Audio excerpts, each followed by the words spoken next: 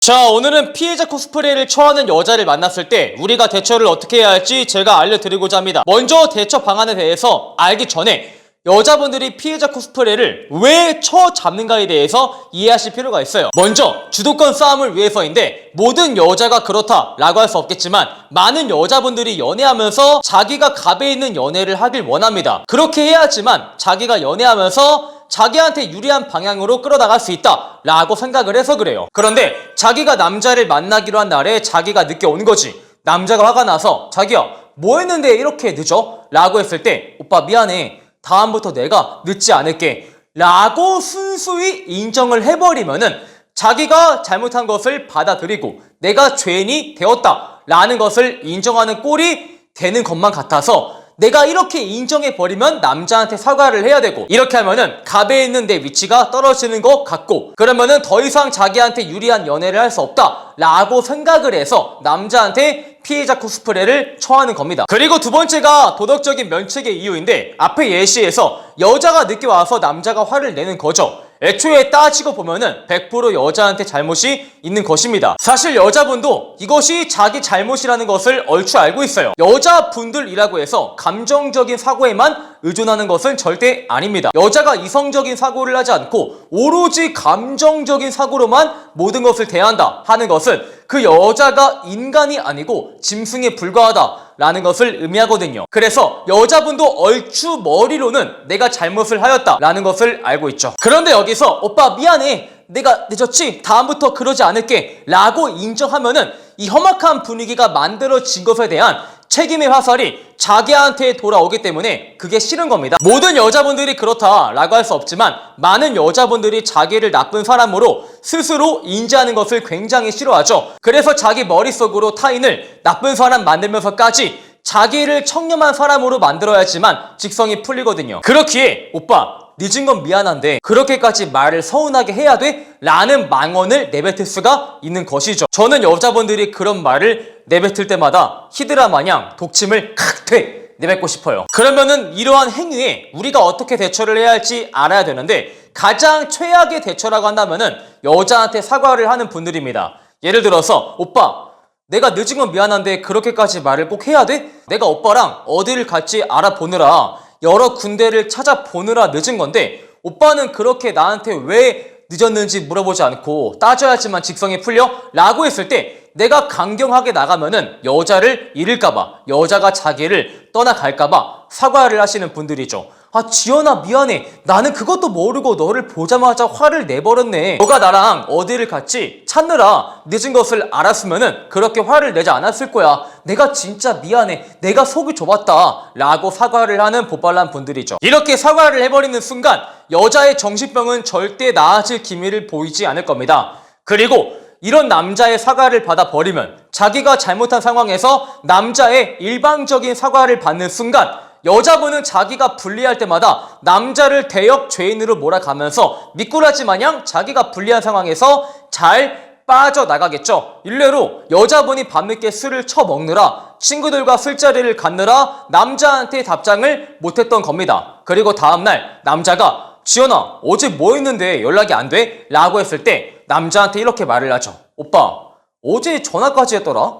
내가 오랜만에 친구들을 만나서 사회생활을 하면서 받는 스트레스를 열심히 풀고 있는데 오빠는 굳이 전화까지 하면서 분위기에 초를 쳐야지만 직성이 풀리는 남자였어? 아, 오빠 진짜 실망이다 라고 되려 적반하장으로 남자를 죄인으로 몰아가는 겁니다. 그렇기에 여자분한테 일방적으로 사과를 해버리면은 여자의 정신병이 점점 심해지기 때문에 이것은 최악의 대처에 해당이 된다. 그리고 매우 이상적이지만 현실에서 불가능한 대처가 무엇인지 아세요?